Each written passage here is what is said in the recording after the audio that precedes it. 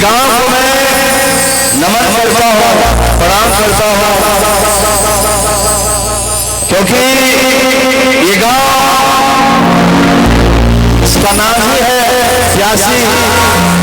और जिस गांव के नाम से महोत्सव हो, उससे बड़ा सौभाग्य इस गांव का भी नहीं हो सकता है। क्योंकि सारे तीरथ पार पार गंगा सागर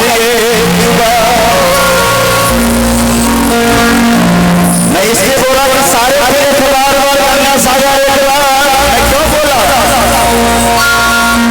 अब 7 बार काशी नहा लो, 7 बार 10 बार काशी नहा लो, लेकिन एक बार प्यासी नहा लो वो सबसे बड़ा उद्धार हो। ये है प्यासी गांव, और हर कलाकार का सौभाग्य है। ये गांव में कोई कलाकार आ रहा है तो समझो ये सौभाग्य की बात है। इस गांव का आशीर्वाद मिलता है, इस गांव के लोग मुझे प्यार देते हैं, आशीर्वाद देते हैं, कलाकार का सौभाग्य है। और मैं बहुत दिन के बाद हमारे म्यूजिशियन भैया से मुलाकात है, मैं म्यूजिशियन भैया को प्रणाम करता हूँ। वाह, बड़े बहुत ही अच्छे म्यूजिशियन, मैं तो खोजता हूँ कि अभी कभी आ जाए ताकि अनुपमा का भी सौभाग्य हो जाए। और इस गांव के बेटा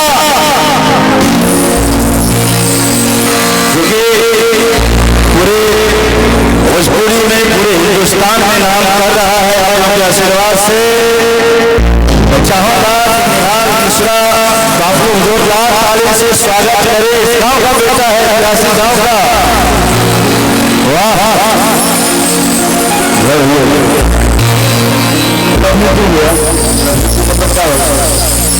हम आपसे बहुत प्यार करते हैं।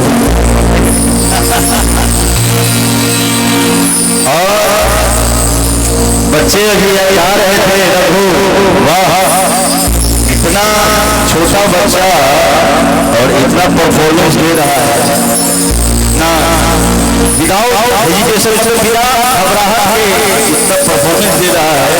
और साथ में मेरा भाई जो हिट है आर्यन बाबू भी यहाँ आए हुए हैं। मैं तो आर्यन को बहुत प्यार करता हूँ, मैं क्या पूरी समाज, पूरा हिंदुस्तान दोनों बाबू को प्यार करता है। रघु और आर्यन को मैं चाहूँगा कि दोनों बचवा को जोरदार बजा कर आशीर्वाद दीजिए। अच्छा, रामायण जब देखे होंगे तो रामायण में दुइयों को बच्चा रहेगा, कौन थे? अच्छा, कोई रामायण में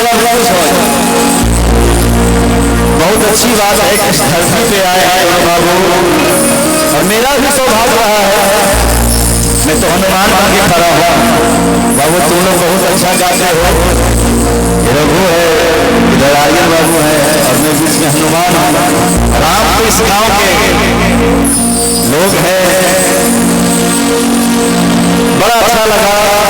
मैं निहाल से बोला, निहाल पिछली बार मैं जब सुना कि प्यासी महोत्सव हो रहा है, मैं निहाल से बोला कि यार अगली बार होगा तो आप लोग को जरूर बुलाना।